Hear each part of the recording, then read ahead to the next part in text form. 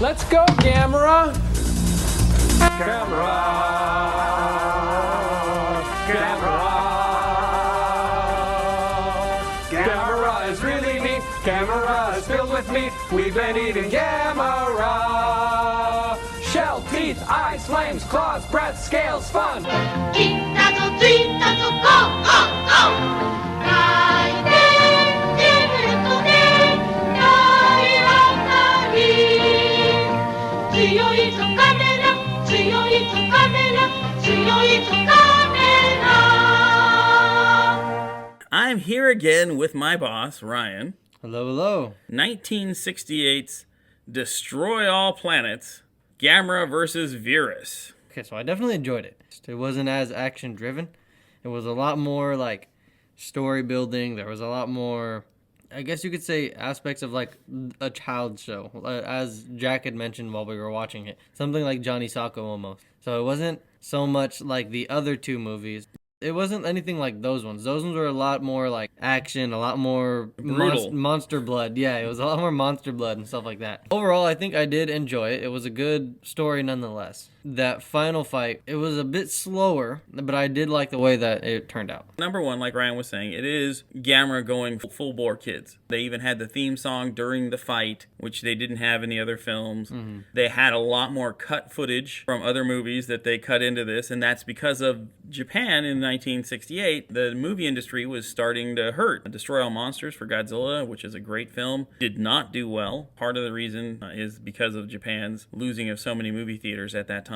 We move into an era of Gamera where they do a lot of stock footage cut-ins. Here, they worked them right into the story where Virus was letting his people know about Gamera by using the battles with Gaios and Baragon. During the destruction scenes, because Gamera is mind-controlled and he's destroying Tokyo, they were using scenes from Gamera the Invincible, and the destroying of the dam came from Gamera versus Baragon. Mm-hmm. There's a difference here with the kids. The kid in Gamera versus Gaios could be a bit annoying. Up to this point, kids were kind of just there to tell the adults about the monsters. Yeah, and then also to give Gamera a reason to save the world. Right, and Gamera Guardian of the Children. Here, they take an active part. They're even, I thought, more precocious. You have Masao, who is an inventor, Japanese kid. Then you have Jim, American kid, who of course has a lasso and of course has a Western type theme to it without the accent. I enjoyed their inclusion a lot more than I thought. As it was a kids movie, because they were there, it was more story driven. So you had a lot more going on with them. The way they were able to at least push Gamera and help him, and as we said, he was mind controlled, so he was destroying all the stuff. The way they were able to stop the mind control and then get him to continue to go on and help them, that's something that would only work if you have the kids there. Because, again, like we said, before it was Gamera trying to just save the kids, and then that's really it. That was just the only story thing. Them getting into the trouble that they did, and then going on to be able to save themselves, and then go on and get Gamera to do whatever. That's a bit more in depth than what we got before. Their inclusion was very welcomed. Usually when Gamera deals with the kids, like you said, he's saving them, and that's how they bond, right? Mm-hmm. But here they bonded just playing around like kids. They're in the submarine, they see Gamera, they race him and they goof off, and Gamera is into it. He's playing with them. Yes, he ends up saving him from the ray with the force shield. Yeah. That's not what he was there for. Like with the other kid, Gaios was about to eat him, and so Gamera shows up and takes care of it. Here, they were just goofing off. They were having fun, and this ray interrupts it. And then you're right, it makes it more powerful at the end. They're ejected from the ship because they were able to escape, but then the ship says destroy. Instead of doing that, he fights off the mental control for the first time and attacks the ship. That was very clever. Let's talk about the fight scene, because there is a big dukeroo between Gamera and Virus. They both use powers that fit their character. Yeah. So, what did you think of the use of Virus's powers first? He's a tentacled monster with a pointy head that he's like a squid, but his head opens up. Yeah. He uses it as a knife on several occasions against Gamera. What did you think about Virus? For what he was, I think he was something along the lines of like a kraken or like a squid, whatever. Thought he used himself to the best of his ability. did they say, is it the actual monster itself that has the mind control, or was it the ship that he was controlling that had the mind control? The ship had the mind control. The monster ran that ship like a virus with arteries. He had other little viruses inside dead corpses. I know it's a kid's show, but that's what they were, and they didn't look gross. He would control those other minor viruses, those like corpuscles or whatever. Yeah. Finally, when he needed to get giant, he sucked them back into himself. They even moved through the ship as if they were a corpuscle moving through a vein. Yeah. With a kind of a floating thing. So that makes a bit more sense, yeah. But yeah, I think the way, what they could have done with him was good. I wanted a little more out of the fight scene, though. I do like that, I guess you can say, in a way, Gamera learned from his other experiences and his other fights. He kind of used the stuff that happened to him against the monster here. He picks up the monster and he takes it all the way into the sky, and then he drops it back down to try and finish it. So I thought that was really cool. Yeah, Gaios did that to him. Yeah. One of the things about that moment, that was the best part of the fight, other than like the body slam. I liked him body slamming Virus a couple of times. Virus uses what would be his most powerful weapon, which is impaling Gamera. He knocks Gamera over with his tentacles, Gamera's on his back, and then he impales him from the top. He sinks in the second time deep enough that Gamera is able to fly up with him still sticking out of his gut. Into the atmosphere, which freezes Virus. Virus travels around in a spaceship. He doesn't travel around like Gamera, just through space or through waters. The freezing works. He detaches Virus from his gut. Then Virus breaks, basically, on the land. Yeah, I like to think because he froze, that the parts of him that were inside of Gamera ended up freezing over also, and then he just slips out. Yeah, you know what? That could easily be. The fight scene was inventive. Virus attempts to drown Gamera at one point. Of course, we know that wouldn't work. Yeah. But he doesn't. He does use the tentacles in an attempt to strangle him, almost a headlock, almost a chokehold.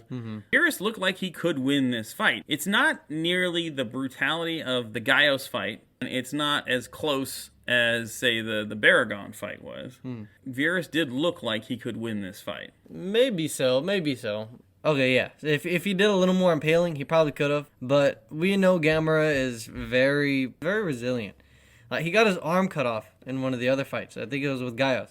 He gets his arm cut off, and then he just kind of grows it back later on, and he's fine. We know he has that healing factor also. So even then, he probably could have just disengaged and came back. Because it's not like he's going to get mind controlled again. The ship was destroyed at that point. So. The ship was destroyed and the mind control disc also melted off of him. What did you think of the ship design? It was 4 or 5 bumblebee-looking balls. Looked almost like the old Steeler uniforms from the 30s. And they were all connected, and it flew in a very... But it was detachable, like a Jack Kirby ship. What did you think of this ship? I thought it was interesting. They each of those... I want to say not compartments, but yeah, like each of those orbs... They all had their own little thing to them. So I guess some of them were like control stations. Other ones were like, I don't know, for the sake of it, lounges or something like that, I guess that all makes sense. It was a good use of it, at least. The ship is thought-controlled. They had a thought-controlled Star Trek replicator where they could ask for anything. Kids were only allowed to ask for food and stuff they could play with.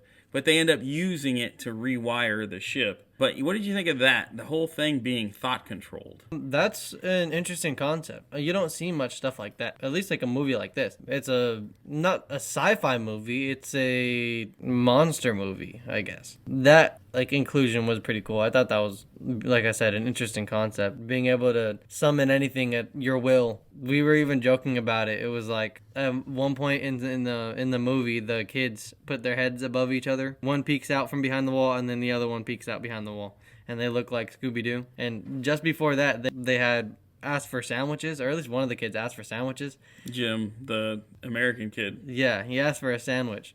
And we were like, if it was Scooby-Doo and if it was Shaggy and Scooby, they would have just inhaled all the sandwiches at once. With something like that, they probably would have just kept ordering sandwiches and just more and more and more. Yes, then those sandwiches would have been a la mode. They would not have been interested in trying to save the world. They would have been interested in eating. They would have just been like, all right, well, we can live here forever. We have anything at our disposal. So, but Unlimited that's Scooby snacks. There you go, yeah. But that's a cool concept. I thought that was cool. All right, so we'll wrap this up with a yay or nay on Virus, Gamera's adversary in this film. I am a big yay on Virus. If I had to place him between Varagon and Gaios, he would be my least favorite. But I still like him. I like his look. I like his design. The weakness in the character is just that the fight scene is not as intense as the other fight scenes were. I did like the whole mental concept of him being like the head virus in this whole thing. So I'm gonna give him a yay. Yeah, I think I'll do pretty much the same thing. I'll give it a yay. But if I had to rank it in between, or not in between, but if I had to rank it between any of the other ones, I'd say it's also my least favorite. I wish they would have done more fight scenes. And they would have gone in depth on what the actual monster was, or where it came from, or just something like that, rather than, oh, it's a monster on a spaceship and it wants to take over the world. I wanted to see more of that. Nonetheless, I think it was a good monster story and it was a good movie. So that wraps it up for Gamera vs. Virus. Next up on the Gamera list is 1969's Gamera vs. Gearon. But until then, watch for falling kaiju. Gamera is really neat. Gamera is filled with meat. We've been eating Gamera.